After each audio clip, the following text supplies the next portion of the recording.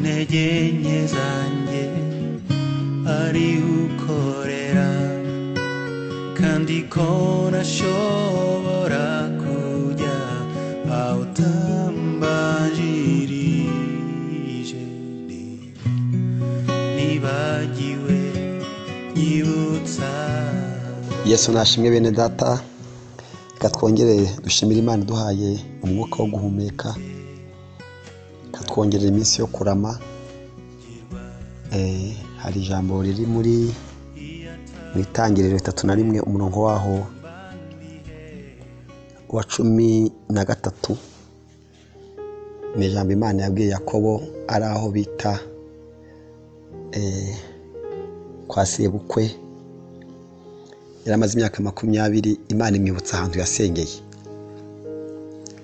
Wowe turi kumwe muri aya materaniro y'umwanya muto, Imana ikwibutsa ahantu wasengeye, Imana ibikwibutse pe.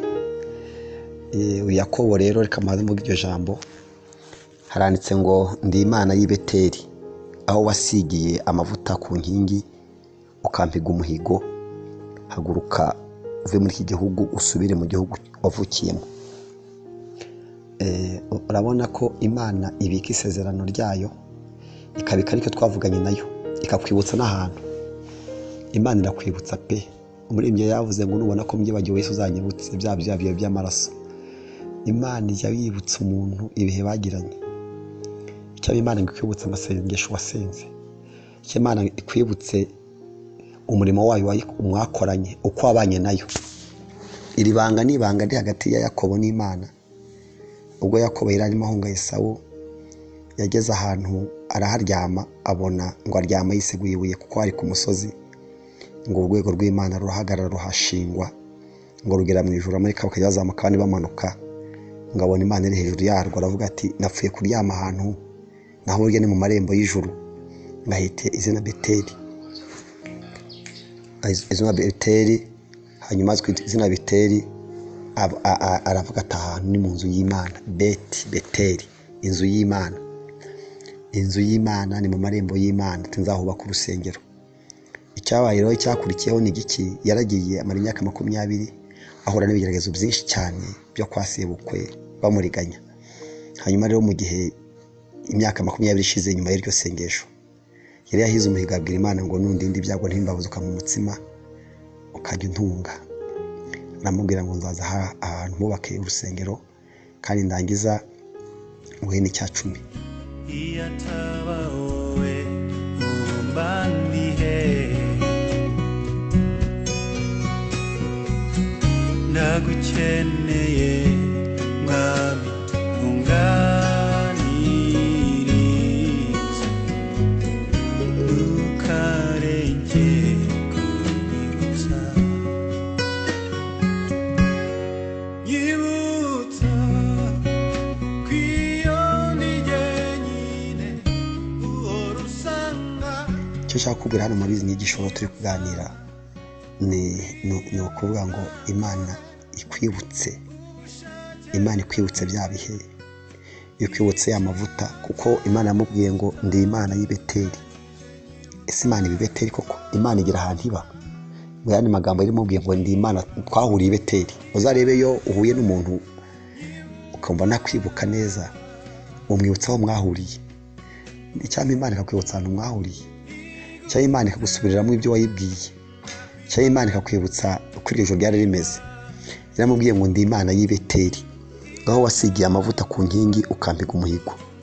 Ni ukuvuga ngo iyo umuntu yibutse urwo rugendo yagendanyemo n'Imana, akibuka ibihe yagiranye n'Imana, ntabwo acogozwa n'ibyo ari kunyuramo. Yaramubwiye ngo haguruka ugende. Ni nko kukubwira ngo ya masengesho yawe hagati yanjye nawe tuziranyeho ndacyayibuka. Icyampa Imana ngo ikwibutse bya bihe, yongere ikwibutse ya masengesho yawe, Imana yongere yibuke ibihe mwagiranye, hanyuma itegeke. Yaramubwiye ngo ndi Imana y'i Beteli, aho wasigiye amavuta ku nkingi ukahiga n'umuhigo, none haguruka ugende.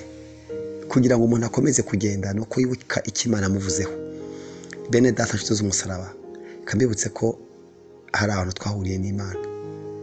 Reba imisozi aho wapfukamye, Imana igufashe, umwuka wera wigufashemo, ubyibuke, wibuke bya bihe wagiranye nayo, za ndirimbo, ya masengesho, mbese Imana ikwibutse kugira ngo ubone imbaraga zo kugenda.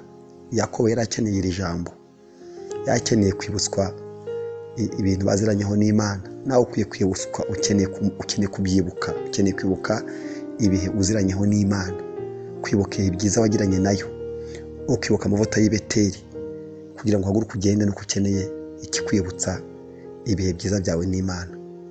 Imana wibuka yibuka ibyo yavuze, ariko nibuka umuhigo wahize, ibuka wa muhigo wahize cya gihe uri hahandi, ibuka ibyo wavuganye n'Imana, kwibutsa ko Imana yacyabyibuka kandi ntihanabyibagiwe. Nawe n'ubyibuke rero, biguha imbaraga zo gukomeza urugendo. Imana iguhe umugisha.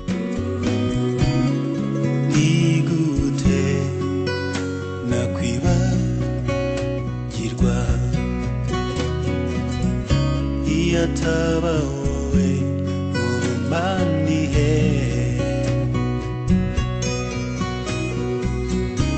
Ndagukeneye mwami, unganirize, ntukareke